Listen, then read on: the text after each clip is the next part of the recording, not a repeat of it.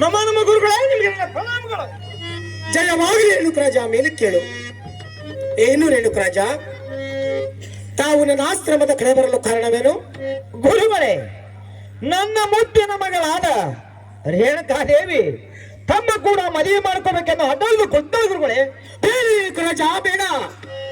ಏನು ರೇಣುಕರಾಜ, ನಾನಂತವನು, ನಾನು ಸನ್ಯಾಸಾಶ್ರಮದವನು. ಮೇಲಾಗಿ ಗುಡ್ಡಗಮರದಲ್ಲಿ ತಿರುಗಾಡಿ ಕಾಲಹರಣಗೈಯುವನು. ಗದ್ದೆ ಗೆಣಸುಗಳನ್ನು ತಿಂದು ಹುಲ್ಲು ಗುಡಿಸಲಲ್ಲಿ ವಸ್ತಿ ಮಾಡುವನು. ಅಂಥವನು ನಾನು. ನನ್ನನ್ನು ಕಟ್ಟಿಕೊಂಡವಳೆ ಯಾವ ಸುಖ ಪಡುವಳು? ಬೇಡ ರೇಣುಕರಾಜ ಬೇಡ. ಇದೇ ಹೋಮನಾವತಿ ಪಟ್ಟಣದಲ್ಲಿ ಒಳ್ಳೆಯವರವರನ್ನು ನೋಡಿ ಲಗ್ನ ನಿಮಿಸ್ಕೋ. ಎಲ್ಲಿ ಕೋರ ಲಗ್ನ ಬೇಡ. ಏನು ಗುರುಗಳೇ, ಈ ಮಾತಿನ ವಿಚಾರವನ್ನು ತಾವೇ ಮಾಡಬಹುದು. ಆಗಲಿ ರೇಣುಕರಾಜ, ಈ ಮಾತಿನ ವಿಚಾರ ನಾನಾಗಿ ನೋಡುವೆ. ಗುರುಗಳೇ, ನಾನಿನ್ನು ಬರಲೆ. ನಿನಗೆ ಜಯವಾಗಲಿ ರೇಣುಕರಾಜ. ಮೇಲೆ ಕೇಳು. ನಮ್ಮ ಗುರುಗಳೇ, ನಿಮ್ಮ ಪಾದಕ್ಕೆ ವಂದನೆಗಳು.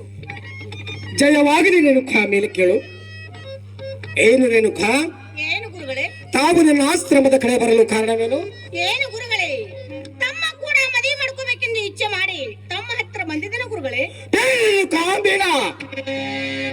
ಏನು ರೇಣುಕಾ, ನಾನೆಂತವನು? ನಾನು ಸನ್ಯಾಸಾಶ್ರಮದವನು. ಮೇಲಾಗಿ ಗುಡ್ಡಗಮಾರದಲ್ಲಿ ತಿರುಗಾಡಿ ಕಾಲಹಣ್ಣಗೈಯವನು. ರೇಣುಕಾ, ಆಕಾಶವೇ ಹೊದಕಿ ಭೂಮಿಯೇ ಎಂಬುದನ್ನು ಹಾಸಿಗೆ ಆ ಪರಮಾತ್ಮನ ನಾಮಸ್ಮರಣೆ ಮಾಡುತ್ತಿರುವನು ನಾನು. ನನ್ನನ್ನು ಕಟ್ಟಿಕೊಂಡು ನೀನು ಯಾವ ಸುಖ ಪಡುವಿ? ಬೇಡ ರೇಣುಕಾ ಬೇಡ. ಇದೇ ಹೋಮನಾವತಿ ಪಟ್ಟಣದಲ್ಲಿ ಒಳ್ಳೆಯವರವನ್ನು ನೋಡಿ ಲಗ್ನ ನಿಮಿಸ್ಕೋ. ಎಲ್ಲಿ ಕೂಡ ಲಗ್ನ ಬೇಡವೇ ಬೇಡ. ಏನು ಗುರುಗಳೇ, ಆದರೆ ತಮ್ಮ ಕೂಡ ನನ್ನ ಮದುವೆ ಇಲ್ಲವಾದರೆ ಮತ್ತೆ ಯಾರು ಕೂಡ ನನ್ನ ಮದುವೆ ಇಲ್ಲ ಗುರುಗಳೇ. ಏನು ರೇಣುಕಾ, ಎಲ್ಲಿ ಕೂಡ ಲಗ್ನವಾಗಬೇಕಾದರೆ ನಿನ್ನಲ್ಲಿರುವ ಪತಿ ಭಕ್ತಿ ಬಹಳ ಗಟ್ಟಿ ಆಗಿರಬೇಕು. ಅದು ಹೇಗೆ ಗುರುಗಳೇ?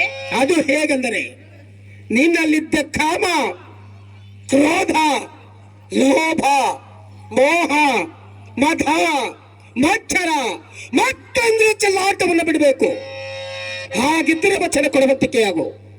ಆಗಲಿ ಗುರುಗಳೇ, ತಾವು ಹೇಳಿದಂತೆ ನಾನು ನಡೆದುಕೊಂಡು ಹೋಗುತ್ತೇನೆ. ತೆಗೆದುಕೊಳ್ಳಿ ಗುರುಗಳೇ ವಚನವನ್ನು.